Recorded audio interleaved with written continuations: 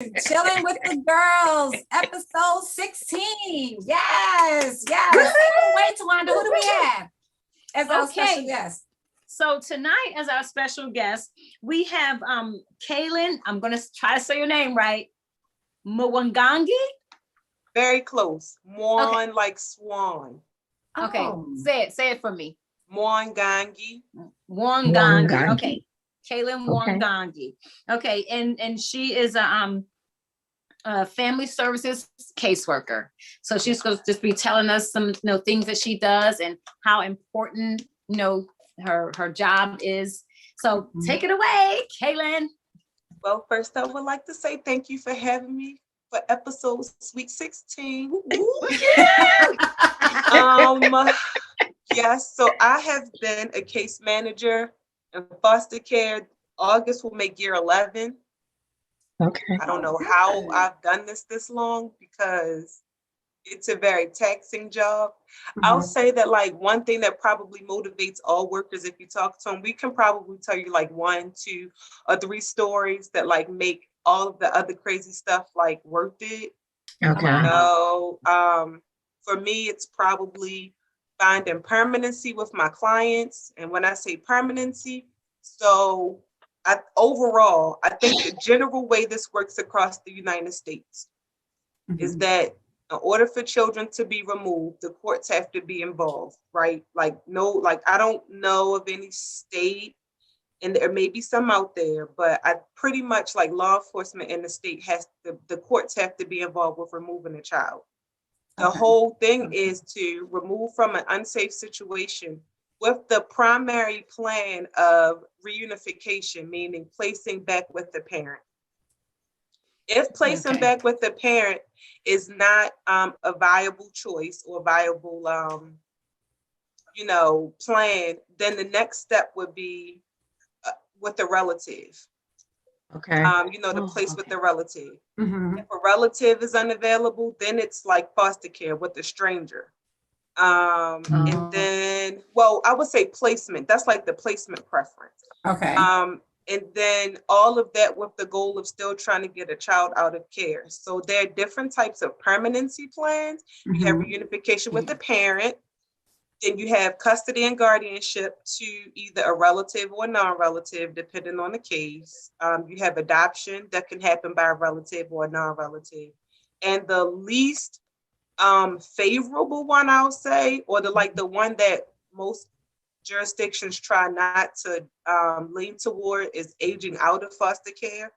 Okay. I can say I do work in Maryland, so I'll say that the state of Maryland, we joke around. Well, we don't joke, but we say we make the state makes bad parents. It's not foster care's intention for kids to linger. That's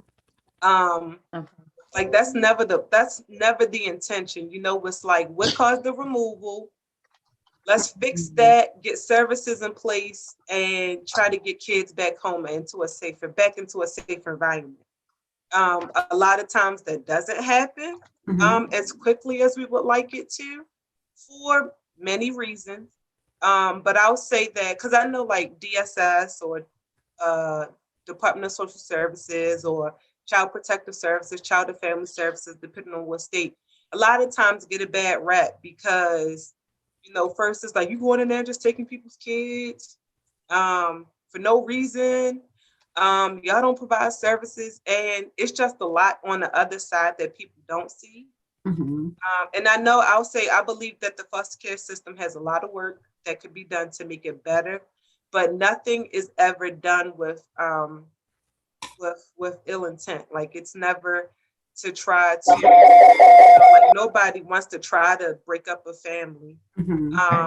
And I've noticed over the last probably, I would say 5 years or so, a lot of research has come out, and a lot of just foster care advocates and those that are not advocates for foster care have really been trying to move toward really focusing in on family services, making sure that we or those that are involved in the system really focus on the family, because removal causes trauma, period. Right.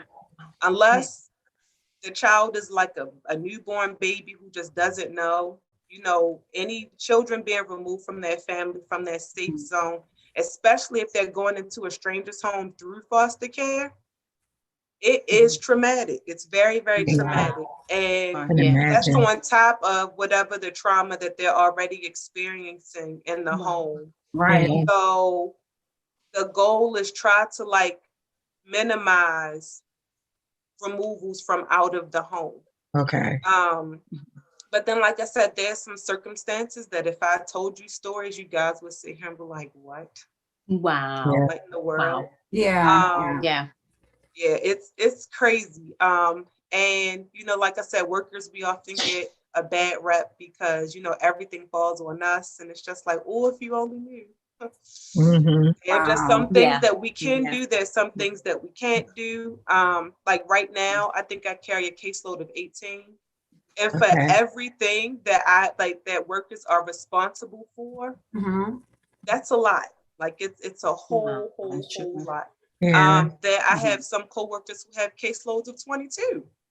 And for the amount, and for the amount of work that needs to be done, and when we're really trying to like service families, that's overwhelming.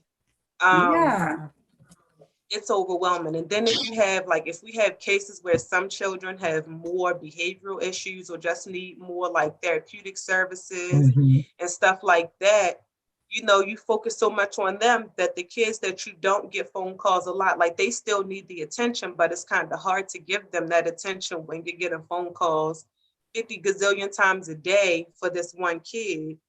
So it's a lot. And then, we deal with like family dynamics, even though like the way the agency that I work for is set up, I work with kids that have already been removed from their home.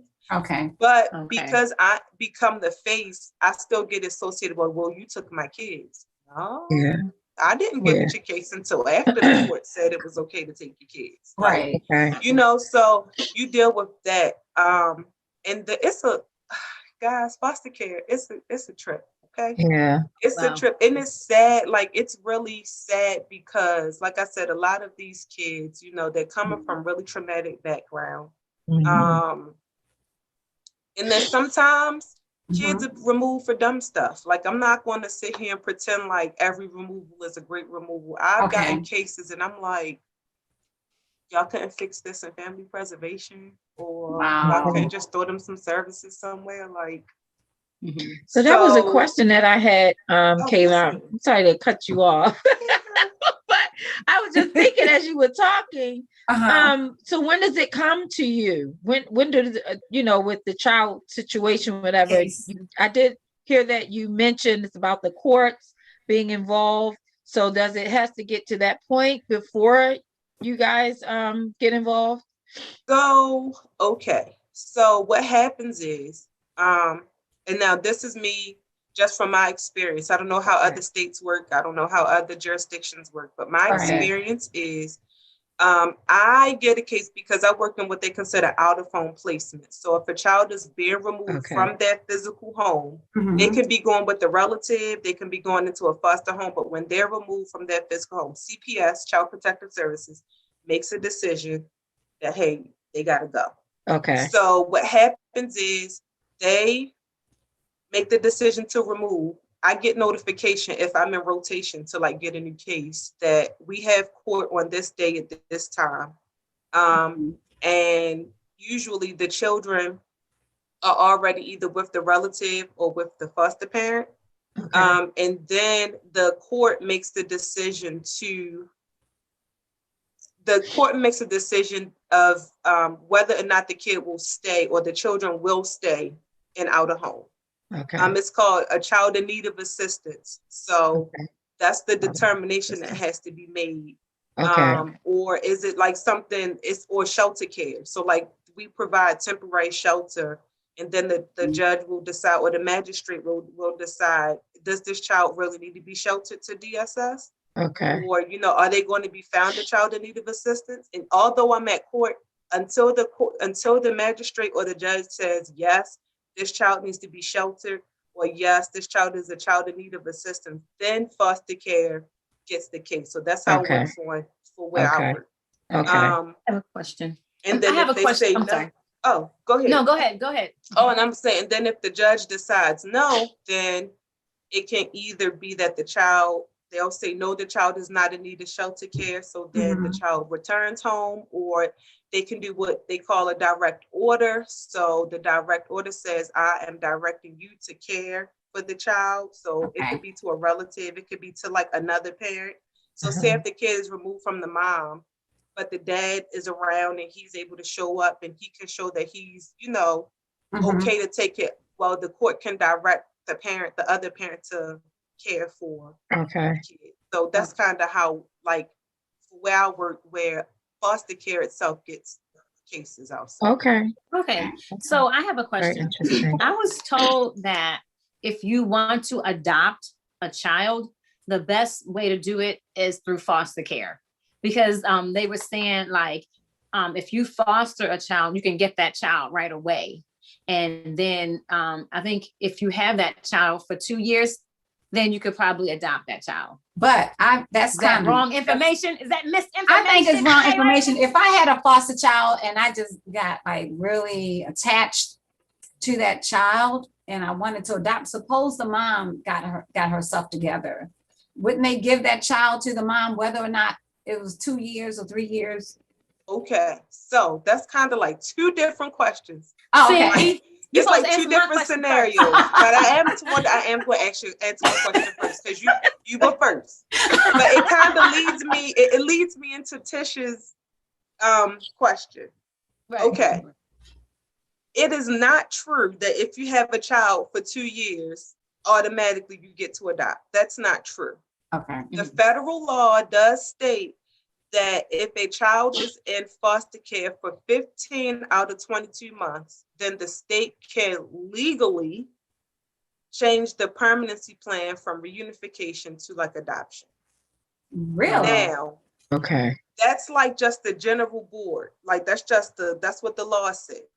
However, depending on, and this is kind of leading to your question, Tish, depending on the case, like every single case is different. There is no case that's the same. I have a caseload of 6 siblings, and even though most of them are placed together, there's still different dynamics within that certain case. Wow. So let's say you have a parent that is working hard and trying to get themselves together. Most of the time, if a parent is compliant, if they are working with the agency, if they're showing that they are making strides to getting their children back, we will not necessarily hold them to that 15-month, or the goal is not to hold them to that 15-month, timetable, because some issues require longer than 15 months. Right. However, if they are actively working and they're engaged, then we're not going to just, terminate their rights just because you didn't hit the 15-month and you haven't gotten yourself together. We're not going to do that. Or that's not the goal. I'll say that. Okay. Because I do have some friends that work for other jurisdictions, and I just look at them and be like, what? Y'all do what? So I'm just speaking from my experience. So that's not it. Now, sometimes I have had cases where parents have been non-existent. Like they just, no matter how much you send, how many times you send letters, phone calls, look them up, they're just nowhere around. They don't respond to phone calls, or they're what we call transient. So the court tries to find them, we try to find them, we can't. There's a 10-month review that we can do where we can change the permanency plan sooner than 15 months. And then sometimes you have your parents that get themselves together before we even get to that 10-month mark. And it's just like, reunification is fine, or it's safe enough that the child can go back, but we'll still have like family preservation. So they can come in and monitor, but the situation is not so dire that the kids need to be out of your home, but we'll still have somebody monitor just in case. You see, so it depends. And then I think that the reason why people say that it's better to adopt from foster care is honestly cost. I'm not even going to lie. Private adoptions can run you 40, 50, 60, 70, 80, 90, $100,000 out of your pocket. Let me tell Lamont, he's gonna change his mind about adopting the little girl. Lamont, that's a house. It is. And then the thing is that if you do adopt from foster care, the state occurs the fee. Like the state occurs all of the expenses. So that's really? Yes. Like if a foster parent, now this is my experience. I can't speak for other places. I can just say that I do know in Maryland that if a foster parent does want to adopt a child out of foster care, they don't incur any expenses. Like the state has their attorneys, the children have their attorneys, the parents have their attorneys. They do all the work. Okay. Wow. That's just how it goes. So I would say that's probably the primary reason. The other reason is because, you know, people have sympathy for children in foster care. And it's like, well, if their parents couldn't do it, you know, or if they got taken away from that bad situation, you know, I think with a lot of private adoptions, like parents are like willingly putting their kids up for adoption most of the time, if I'm understanding private adoptions correctly. Yeah. So, you know, it's like that. Like these are the parents that just got their kids taken away. Not trying to sound like, what's the word? But you know, their kids were removed. They couldn't get it together. Right. They need homes because we don't want them to linger in care because the state does make bad parents. Like, I'm not saying that like we neglect our kids or anything. Like we really try not to, but it gets really hard trying to manage 22 different situations. Right. 18 different situations. So all the time. What about godparents? You know how people say, I have you know, that's my godmother. And if something happens to you, hey, I want you to go to your godparents. Is that possible in the foster care system? So for the jurisdiction that I work for, is it only us? I'll just say for my jurisdiction, we actually have something called fictive kin. So fictive kin, and like we did it, we stopped and then we started again. So fictive kin, like a godparent would fall under a fictive kin. A family friend, that person that you call auntie, they could be considered a fictive kin because, you know, even though there's not blood relation, the relationship is close enough, or somebody that you grew up with. And, you know, that's better than you going to a stranger's house if you have to be removed from home. Right. Like if I can go to my aunt, you know, so we do have that. I would say like for people in general, even though this is not off the topic, but it kind of is, like, just make sure if you have children that you have a will, that you have a last will and testament, and tell where your kids go if you happen to pass away, especially if you're a single parent, because if you don't have a family member to step up and your children are under 18, they're going into foster care. Wow. Like I've seen parents, kids who have parents that are deceased and there were no arrangements made and family didn't necessarily step up. And so foster care was where they had to go. Wow. So you lost your mother and now you get to go into a foster care with strangers. Grieving. Oh my. Right. So on top of that, you're already grieving. Yeah. Then you're like, wait a minute, you know, nobody else in my family. So I would definitely say, like, for everybody, if you're a parent, just make sure you have, if this happens to me, you know, now you're married by default, of course, but, you know, like there needs to be a plan, whether you're married or if you're a single parent or whatever, that if something happens to our children, to us, while our children are minors, this is the plan. You know, identify somebody, get it notarized, get it, you know, have it filed, because stuff like that happens. We've gotten a few cases where the parents are just deceased. Wow. I got a question about like multiple kids, because you mentioned with 6 children that you have a case with 6 kids, whatever. So if you have a situation like that where you have like several children, and they get put into the foster care system, whatever, do they go all together or do they split up or? Okay. Because I hear different things. So this varies state by state. This varies jurisdiction by jurisdiction, even within a state. The jurisdiction that I work for, we really, really, really try to keep siblings together. Okay. Now, sometimes when you have larger sibling groups of 5, 6, most foster parents are not even licensed to have that many kids in their home. I can think of one agency that I know for sure that that's their specialty is sibling groups.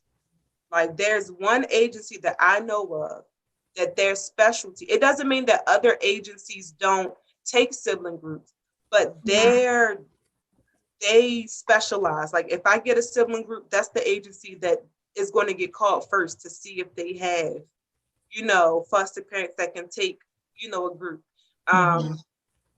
So the goal is to keep them together as much as possible. Sometimes larger sibling groups do get split up, but it's still with the intention of, well, we'll put 3 here because that's what they have available. Then we'll put 2 here, 2 here. But we try to definitely keep the siblings together. And then like the law and stuff, they have mandates for us to make sure that kids still see each other. If they're in foster care, like we have to make that's sure. real good. Yeah, like that's we really have good. to make sure that they see each other. That's good. Yeah. So you're trying to like keeping the family together. Yeah. Yeah. Yeah. We're supposed to make sure that they still see each other. So is the system looking for people to foster children right now? Yes. Absolutely. And I can probably say this is for every single foster care system in the United States of America. We need foster parents. Period. Okay. Yeah. We Put need that out good there, foster Tish. parents. Put that out there. Put it out there. So Yes, foster parents are needed. Who do people contact to become a foster parent? So you can probably Google how to become a foster parent in your state, and it should take you to your state's foster care website, and I know without a shadow of a doubt that you can apply that way. I know for Maryland, you could do that. How do I become a foster parent? It'll pull up all 22 jurisdictions and where you live. You can do that. Or I know in Maryland we have therapeutic agencies. So they are trained, they're trained to service children that have more needs emotionally, sometimes medically, because that's another thing that people don't talk about. Like a lot of people get into foster care and they only want babies, or they only want kids under 8, but they're teenagers that need foster parents. They're medically fragile children, like that are born with medical issues that need foster parents. And stuff like that. So we need foster parents. We need people that are committed to the process, because the stipend that you do get, it's not going to equate to the work that you put in. We need people to understand that when you become a foster parent, you're dealing with a child that has been traumatized in some way. And if people really sit back and think about the trauma that they've been through and how they wish, like, yes, you might have a kid and they do like the kids, they have it. Some of them have some serious issues. They do crazy stuff. Yes, I've had kids threaten their foster parents. Yes, I'm gonna kill them. I'm gonna burn the house down. Like, yeah, it can get that bad. Like, it can get to that point. However, I'll say that, and I'm not saying like, oh, you should ever be uncomfortable in your own home, but you just have to like realize and understand. Like, think about a child that, you know, doesn't know how to form a healthy bond because of attachment. You know, nature versus nurture.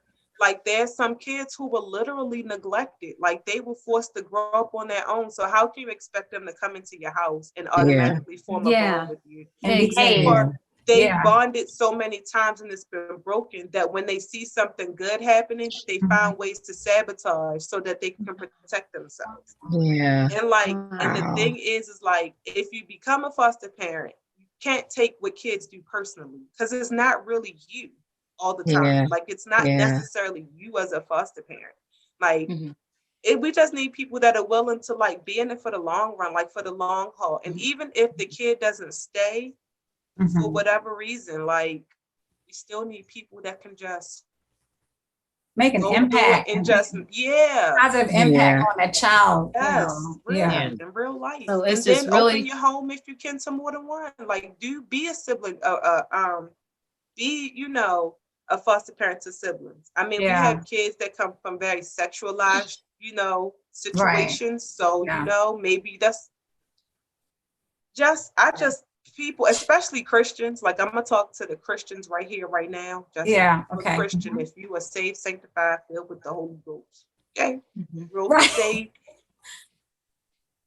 The Bible directs us to take care of the orphans, That's the Yes. widows. Wow. So my thing Yes. is, if anybody, Christians should be the most open. You just Wow. I'm not talking about the ain'ts. Like, I'm not talking about people that just say, oh, I'm a Christian. Like, no, people that are really walking the walk, talking the talk. Like, Yeah. you should be involved some way, somehow, because we're told to do so, period. Yeah. Like, the Bible Yeah. clearly puts it out, like, it's plain, like, that's what we're here to do. Right. Yeah. Oh, and fostering isn't for everybody, Right. but there's still ways that you can be involved with the foster child's life. Someone Yeah. that's in foster care, whether it's volunteering at your kid's school. Because Yeah, like that's what I was until gonna I ask. started, Yeah. Yeah.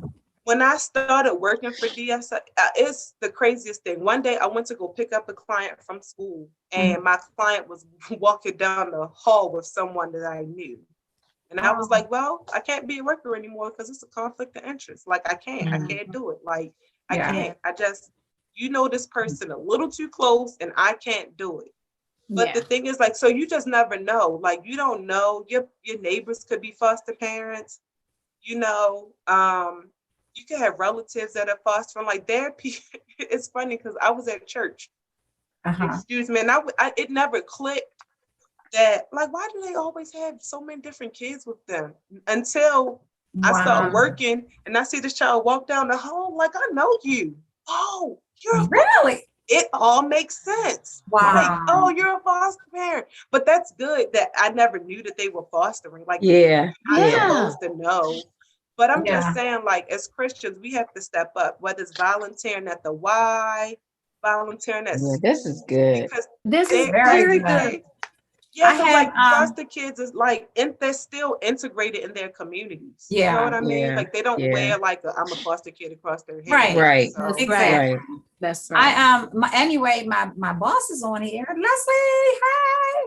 Hi, Leslie. And Leslie, my friend, is on here too. Hi, Leslie, Tisha's friend. And she said, looking good, ladies. Amazing topic. Thank you. Thanks for sharing the information. And so Brenda Davis is on here. She said, very interesting. These godparents need to know this serious information before agreeing to be everyone's godparent. It comes with great responsibility. That's good. Yeah. That's really good. Yeah, so true. It is. That's very important. And and then it's funny because like some people think that like grandparents have rights, and it really depends on the state that you're in. Because in Maryland, grandparents don't have rights. Like, you don't get rights to visitation. You're not a parent.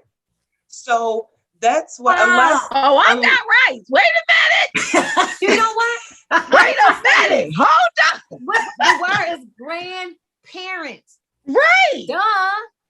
You are. Are you kidding me? States, I believe that some states do give grandparents rights, but in Maryland, you don't have rights just because you're a grandparent. Like, you don't get, oh, well, my grandchild was removed from my child, so I should be able to get visitation. No way. Are you kidding me? I'm so serious. I do not. Foster care does not have the responsibility in the state of Maryland to make sure that kids see extended family outside of their parents and their siblings. It is not mandated. So what do we have to do as grandparents to put that in place?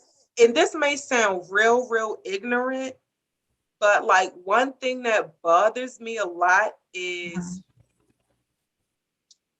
let me make sure I frame this correctly. So I know not everybody has like the best relationship with their parents and stuff like that. Right. Yeah. But I feel like if you are a grandparent, whatever you need to do to foster a relationship with your grandchildren, you do that.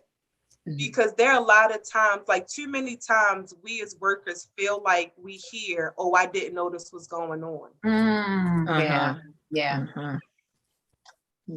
Like, And sometimes there's some things that are just, and sometimes they really don't. Like sometimes grandparents really, really don't. Like the parents are so good at masking stuff. What goes on in this house like that stays in this house. Exactly. Right. And that's just something that needs to be killed. Absolutely. That right there. Like I am the mom of twin girls, have another little girl coming in about 5 weeks. And I am teaching them now. Little girls. But like right now, like there'll be 2 on Tuesday. Okay. It's just like I am telling them, what it means for like safe touch and who can touch. Yeah, that's good. Very important. Like that's important. Those things are important. Like we don't walk around and talk about our private parts as kitty cats and cookies. No. Right. Because if you go to a teacher and you are trying to, if a child is like, well, so-and-so touched my cookie. Right. Yeah. The teacher will be like, okay, well, why didn't you want them to touch your cookie? Like you might be thinking of a Chips Ahoy. Right. So like we have to be very, very intentional about teaching our kids what safe touch is, teaching them boundaries, teaching them, no, you do not have to let your grandparent hug you. Even as your mom, if you don't want me to hug you, I'm gonna respect your boundary, because if you empower your children now, imagine if a stranger or someone else tries something that they feel empowered enough to like, this is my body. I'm going, respect me. You're going to respect my body. Like that's something that everybody needs. And we don't keep secrets. Like secrets are dangerous. So you have to like keep open. And this is for anything. This is like beyond sexual abuse, like anything like that, even physical abuse. Mental health, like mental abuse, where you've just been emotionally, that's what it is. Emotionally abuse, like stuff like that. Like there should always be a safe person. Like their kids should have a safe place, a safe person, even if it isn't you as a parent, even if it's the godparent or like, a teacher or something. Like there should be like a community of, of safe space and safe talking, so that we don't have to get so many, I didn't know that this happened. You know, and like it's a lot. I have a question from the people. Sorry. Brenda, question. Is there such a thing of getting kids for the weekend to do things? Like can people can I get a foster kid for the weekend because she gets someone and take them to amusement park or how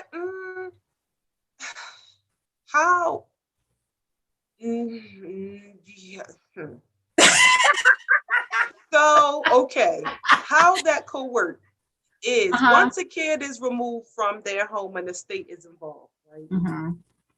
The state is involved because we have to cover ourselves, really. The state has to be covered.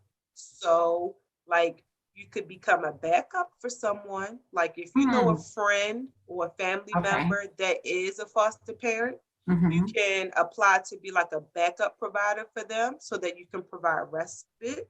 If you are not interested in long-term fostering, you can look into what it means to become a respite provider, meaning that when foster parents do need somewhere else for the kids to go or they need a break or something, you can still go through the fostering process.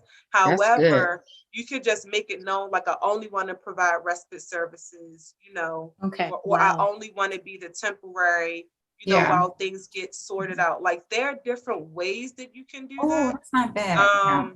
But once again, that I'm sure that varies state by state, like what the requirements are. But I can tell you, you can't have a background. You can't have a CPS background.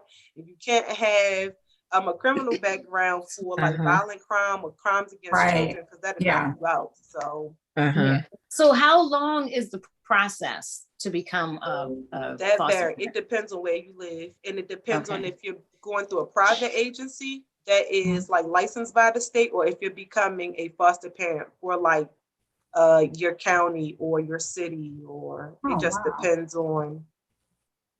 Or if you're doing it for a relative, if you're considered a kinship placement, which is an out of home placement, but you're still with the relative. So it just depends. Okay, so you can become a foster parent, and somebody will say, "Oh, well, so and so will be a good foster parent. Let me just see if they can take this child." Does it work? Can it work like that, or no? It doesn't work. No. No. Okay. If you're not a relative of a child, you have to go through like the foster care classes and stuff like that. Okay. That's now, good. relatives do get checked for background. Well, and where I work, relatives do get checked, like just to make sure they don't have CPS or like criminal history, but they're not required to go through classes. They also don't receive a stipend right away. Like they don't receive a stipend right away. But if you are just a stranger, like a regular person trying to do something with foster care, you do have to go through whatever that state requires you to go through. Right. So you have to have your home checked and stuff like that. Okay. So my question was, Kalyn, was you probably misunderstood me. So once you've gone through the process and you've taken the classes and you get I guess you have to get certified to be a foster parent? Yeah, they certify you. Get a completion certificate and all that other stuff. Okay. So once you become certified, I'm saying, do you like get on this list and then people say, well, she might be a good. So that's what'll happen. Like your home will be open and as kids come in that need placements, they'll call and say, hey. Okay. Now, if you're just open to any age, and it also depends on what you get licensed for. Some people get licensed for girls from 0 to 5. Really? Because part of it is because of state laws and stuff. It depends on like what your house dynamic looks like. Okay. Already have kids in your home. Yeah. And it depends on your space, like your bedrooms and stuff like that. Because like in Maryland, if you're 2 and above, you have to have your own room. But like a 2-year-old can't sleep in a room with a 10-year-old, so it depends on the dynamics of your household and what your family makeup is and stuff like that. So wow. So let's go to our chat. I'm excited these people are tuning in. Andrea Brown, she said great information, ladies. She's learning a lot. And Brenda was talking about putting stuff in writing with the godparents, I believe. Then Andrea Brown also said, yes, as an educator, she knows that this is so true. Please teach children about their bodies. Yeah. And I was going to ask you what certifies one to be a foster parent. That varies state by state. Okay. The requirements, it varies state by state. So it's whatever state you live in. So what about the state of Maryland if someone is listening and they so in Maryland, you call the number. Like I said, you'll find your jurisdiction. You can go to, this is a shame. You could just Google foster care in Maryland in the state. I don't even know the website. Like, oh no! Because I don't even know. I know the number. Like I have access to the number for like my jurisdiction. But if somebody asks me about one of the other 21, I'm like, hold up. Right. Let me go look it up. That is fun news. I barely know the front desk number at my job. Right? I don't know. But you would just go online. In Maryland, you would call whatever jurisdiction. Usually it's the jurisdiction that you live in. So if you're in Howard County, you would call Howard County DSS. Baltimore City, call Baltimore City, Anne Arundel County, et cetera, et cetera. You would apply to become a foster parent. That division, resources and support, I think it's the same across. I think that's what everybody calls it. Once you give that to me, I'll put it in the in the description. So they'll come out, they'll check out your home, do background checks on everybody in the home over 18. If you have pets, you need to have their shot records and all of that stuff up to date and accessible. I'm pretty sure that you have to, as a foster parent, you have to go through like medical stuff. So you have to have your doctor sign off saying that you're fit, that you're able, you're mentally and physically able. Wow, yeah. Your house has to get checked Absolutely. out. I know that like the fire department comes out to check like occupancy and stuff like that. Your bills need to be paid. So like good. you cannot be behind on your mortgage, your BG. Well, that's why I want a foster child to help pay my bills. Don't do it for that I'm reason. just kidding. No, I'm saying scenarios. I'm just Whoever saying thinking people that, think don't that. do it. If your bills Because and back stuff. in the day, Kalyn, they were doing that. They were Oh getting yeah, and you know what? money. And you know what? Yeah. And that got a lot of jurisdictions and states in trouble because they were just approving anybody. Right. Wow. And I'll say this, even though like, you know, they go through these extensive, like foster parents go through these extensive background checks. You know, some people still slip through the crack. Like it's not perfect because, you know, people can present one way in person and then in there. And it's like, whoa. So that's why even as workers, like it's important to really listen to our kids and don't always talk to them in front of their foster parents. Like take them outside, take them for a walk. Like, you know, it's important not to just stay in one section of the house. You walk around and you don't tell the foster parent, I'm going upstairs the next time I come. No, I'm going upstairs today. I'm going downstairs today. Because I'm sure you've heard stories of kids in foster care who neglected. They were being neglected and abused and stuff like that. Who cares? So and it's unfortunate that happens because like I said, the purpose of foster care is to protect kids.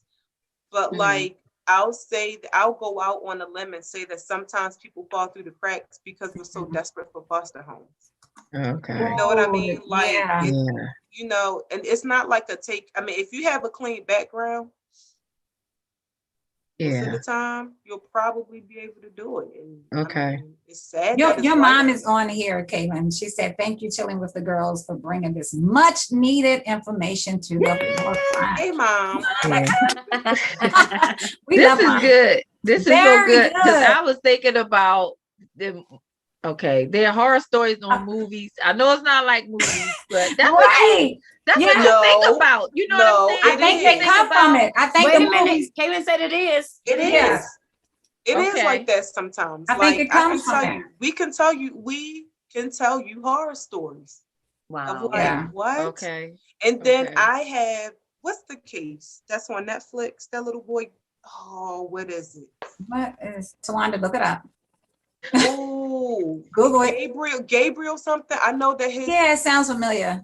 Gabriel, his situation, his story is on Netflix, and I know he was in the state of California. And all I have to say is, and I'm gonna go out on a limb, is that I seriously doubt that if that child had been in my jurisdiction, what would have happened to him? He would probably still be alive. Because sometimes kids, and I'm not saying that we're perfect. We are far from perfect. That we are far from it. But so many agencies and like just structures failed him. I could think of like 80 gazillion ways that stuff wouldn't have even, especially now, wouldn't have even progressed that far. Like it really bothers me to see cases that egregious happen to kids when they're in foster care. So like, what are you doing? Like I said, I'm not saying that my jurisdiction is perfect because we're not. We have issues, trust and believe. Really bad. However, it's just like that egregious, like, you know, just makes me wonder, I just want to know how, like how. Y'all should look at it. I haven't watched it. I only know what people say because it's traumatizing for me. Like I don't go home and watch foster care stuff. I see it every day. But yes, the horror stories are real. It's real. Yeah, it's real. So we have another question. Are foster parents required to be vaccinated? That depends on where you live. Yeah. Wow. No. In Maryland, you can't make it. No, not in Maryland. I haven't seen anything that says foster parents have to be vaccinated. So our manager is here. Hey, Ken. Now, whether that'll change, I don't know. But right now, there have been no mandates that foster parents have to get the COVID. Wow. So you said the baby's name was Gabriel? I think so. I think it was. Yeah, I think it sounds was. right. It does Gonzalez, sound real maybe. Was it familiar. Gabriel Gonzalez or something like that? I just know his story is on Netflix. His documentary is on Netflix. Do you have any questions? I know, Sister Mary found me go now. You want to be a foster parent because you have Very so quiet. much love to give. You want to be a foster parent at 80? Like, I know they'll give you at least 12 kids. Don't do But it. I keep a lot. I keep grandkids and great That's good. That's your Not for days, not for no weeks and stuff, y'all. So her children, no, don't be trying to drop your grandkids off on mommy. No. She ain't not going to. She won't not foster your kids. But I did hear of a family couldn't afford to keep the children Okay. and had to give them up. Good people, but they just couldn't afford to keep them. That's so sad. But if they knew that, so why wouldn't they try to get jobs for the parents to keep their kids? So one thing that I will say is, and this is like a system thing, like for instance, in my jurisdiction, housing is probably a big reason why some kids linger in foster care. And you would think that working for a social service agency, we would have access to just set housing. Guess what? We don't. Oh, wow. Sometimes we end up referring our clients to the same exact housing list that everybody else is waiting on the list for. So, all right, here you go. I have an idea, and this is like a business idea, and I'm not saying go into it for the money, but it's something that I've been thinking about. Say if you don't want to foster, right? Cool. But say if you're into like flipping properties, have you ever considered flipping a property and just making it available to parents who need to get their kids back? And housing is the only only barrier. That is good. Wow. I'm just saying, I'm throwing it out there. Yeah. That is good. Oh, yeah. So I wanted to ask about success rate. So what is the success rate of children re-entering their parents' home? You know what? I don't know that statistic off the top of my head. I can probably quickly look it up and see how. Okay. Go ahead. Monica said, leave my other mother alone.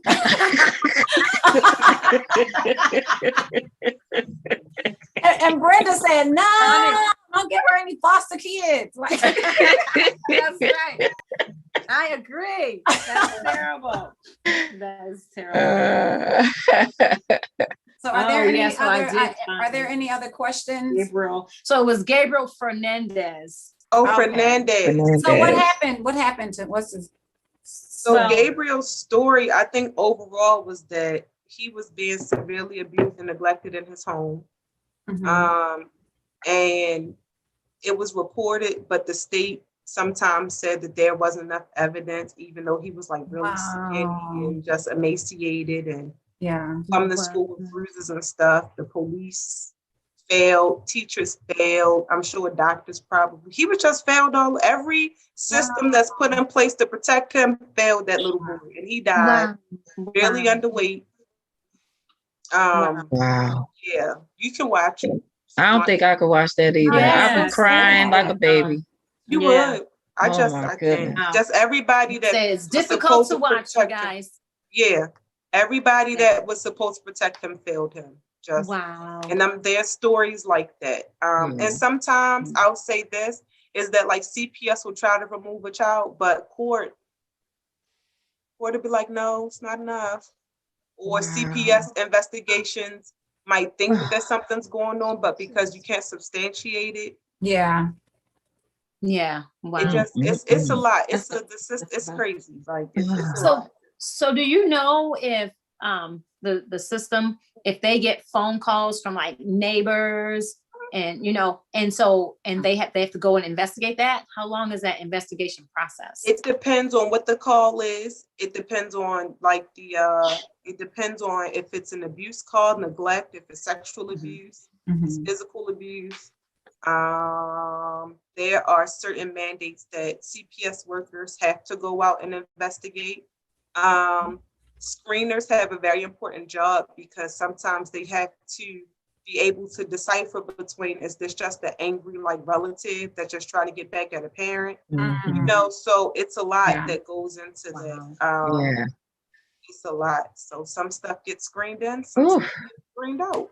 Wow. So are foster kids removed from foster homes That's a good question. because of neglect or abuse? Yes, it's happened. Okay. There have been foster homes, foster parents that have lost their licenses because they were neglecting the kids. They were physically abusing them. Some of them were overstepping their bounds as foster parents. Like a foster parent, I've seen foster homes get shut down because foster parents were interfering with the reunification process. Like they were so bonded to the kid that the parents might have been doing everything, but because they wanted the kid to stay. Like I've seen it happen, but then I've seen it not happen. Like it just depends. Yeah. Wow. A question for you, Kalyn. Yes. So this job for me, it seemed, I don't know, I don't think I could handle it. So I think I would be stressed out. I get really emotional and attached, whatever. So every day when you go to work, what prayer do you pray? What do you pray before you go to work? I'm just curious. I pray for wisdom, discernment, patience. Those are probably like the three biggest things. Oh, and I pray for covering because being a Christian, I have realized that some of this stuff that the kids go through is not mental health, it's straight up demonic. Yeah. But you know, working for the agency, I can't go in there and be like, oh, Can't say that. I can't cast this out of you. Right. So, you know, and then you just never know what you're walking into. Like, as you just never know what circumstances you're walking into. So I also pray for covering over myself, that whatever, if something tries to attach itself to me, that it is unsuccessful. And then I just pray because I have to come back home to my own kids. Right. I pray for like understanding. And the funny thing is at my church, we're actually doing this book called Love Walked Among Us. And it's talking about the compassion of Jesus. And every Christian, you need to get it. Matter of fact, I'm about to put it in my face. Look at this. I gotta get it from out the film. Love Walked Among Us. Yes. We can kind of see it. Who's the author? Paul E. Miller. Paul E. Miller. It's called Learning to Love Like Jesus. And when I tell you, this book has convicted my whole walk to the point where, like, within like the first 2 chapters, the Lord so simply and kindly and shadily said, Kalyn, you're nice, but are you compassionate? And I was like, don't come for me like that. But I can say that this book is helping me become a better worker, because when it's all said and done, like, you're still dealing with people. And we have to check social workers. If you work with people, you have to check your vices, whether you're a cashier at a convenience store, whether you're a nurse, whether you're a teacher, social workers, firefighter. If you interact with people in a service way, you have to check yourself, because you just never know what people look like. You just never, ever, ever know. And like one thing this book is teaching us is that no matter what the circumstance was, Jesus always looked at people. He always saw a person, period. Even when he was dealing with the Pharisees and the Sadducees, he still saw them as people. Right. So he checked them, but they were still people. He always gave them a way to repent and come back. That's true. So this book, like, it's really helping me to learn. If you don't want to be convicted, you just want to keep living your own life and treat people how you want to, don't read it, because this is one that Jesus we can't do that. We have to show love. Wow. I have a question. Yes. Are caseworkers licensed to carry? No. Okay. No, I was just wondering, because when you go in those situations and you let me tell y'all something, okay? And I'm about to toot our horns. No shade to teachers, no shade to nurses, first responders, but I just want to say that social workers, foster care workers are the most underappreciated people out there that do service work, because even with COVID, while we were working from home and working remotely, if a kid needed to be removed, like kids didn't stop coming into foster care. Right. Kids didn't, like, I had to go grocery shopping for a family because I had to literally go buy groceries like in the middle of COVID, like probably the very beginning when the rates were high. Yeah. Like that. Like, we've been out in the streets the whole time. We've been out there taking turns, still having to take children to doctor's appointments, still having to make sure that when we weren't under the stay-at-home order, like still having to make sure kids see them, like see their families. Right. Even when, it wasn't like always, like we don't get enough credit for what we do. Like, teachers are underpaid. I'm not listening. Teachers, y'all keep fighting for your money. But I think that case managers and social workers need to like band together and fight to get the pay that we deserve, because we're always out here. I'm so glad we have you on here, because We're out here. even go ahead, I'm sorry. I'm like, so we out here in the trenches all the time. Like, kids don't stop. Like, it's it's every day, all day. That's you have workers that work on Christmas. You have workers that are like, it doesn't stop. Like, it doesn't. CPS doesn't stop.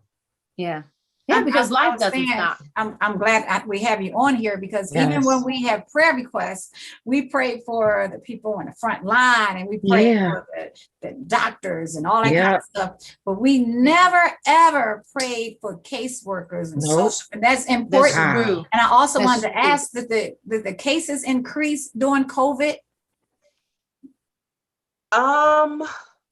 Honestly, probably not. If anything, there was probably a decline, because most cases or CPS referrals are called in through schools. Because teachers are mandated reporters. And so a lot of the abuse and neglect that gets caught is caught by teachers. And so, and that's one thing that as a worker in foster care, I thought about, like, imagine all of the children who they were stuck at home and they're abusive, they had no outlet. Even like stuff like, we've been talking about the education system, but I'm like, what about my kids that have IEPs? Like, how are they getting service through the pandemic and virtual learning? Like, it's so much stuff. And we're still, as workers, we're still responsible for making sure all of that is taken care of. Like, all of it. So if you happen to know somebody that works for, like, those chains of like, teachers get a discount, you should. Those Social Workers Month is in March, and Foster Care Awareness Month is in May. So I'm just saying we deserve a discount too every now and then. Absolutely. I agree. Yeah, I think that I should be able to go to Starbucks and get a free drink every now and then. I think you should too. I would just go in there and say, I'm a caseworker. Give me a free drink. I'm just saying. Please. We even prayed for the kids in the foster homes. Absolutely. We even prayed for, the kids being adopted. We prayed for so much, but we never thought about praying for the kids. I apologize. Please forgive me. Yes. We never, ever, I mean, we have prayer every day from 12 to 1. 12 to 1. And we've never, like, during COVID, we've been praying for everybody, but never, ever. Now, we also prayed for, like Kalyn mentioned, those kids who are in the homes, and they're not in the schools. Absolutely. And they're in the homes. We don't know whether they're being abused. We don't know what's going on in the homes, because they can't get out because of the COVID. We prayed about that even. Mom was about to say something. This is so good. Go ahead. No, that was it. Tawanda said it. We did pray for the kids that were at home. Yeah, but I'm talking about workers, man. They just getting down and dirty, and it's a big job, and it affects them emotionally too, because all of them are Christians.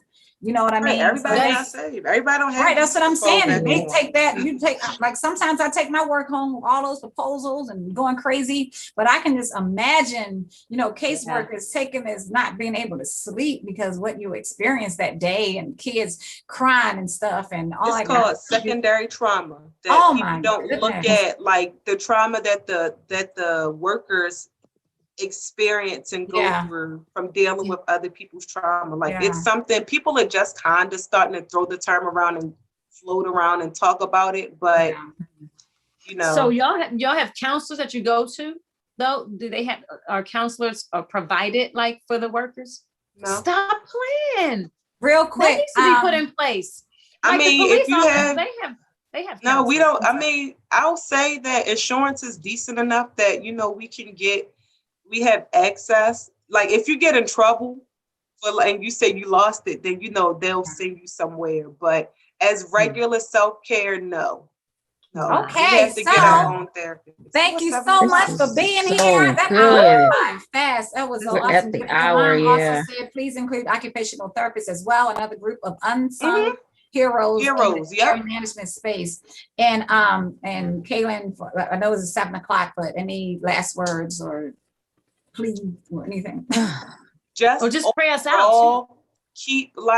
Pray over like the system, period, because like I said, nothing is ever done with ill intention. However, stuff does happen.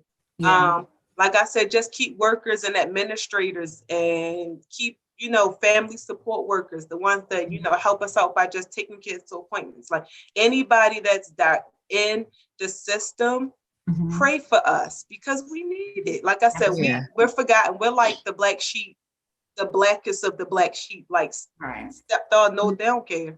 But we expected to do everything and get blamed for everything if it goes wrong. Like, okay, we are 1 minute over.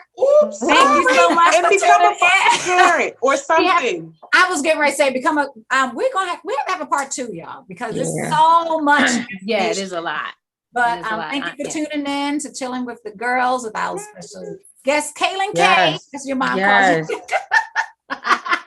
Thank you. And we will see y'all next week. So much. You're welcome. Thanks for having me. Next Friday, 6 o'clock with Chilling with the Girls. You don't want to miss.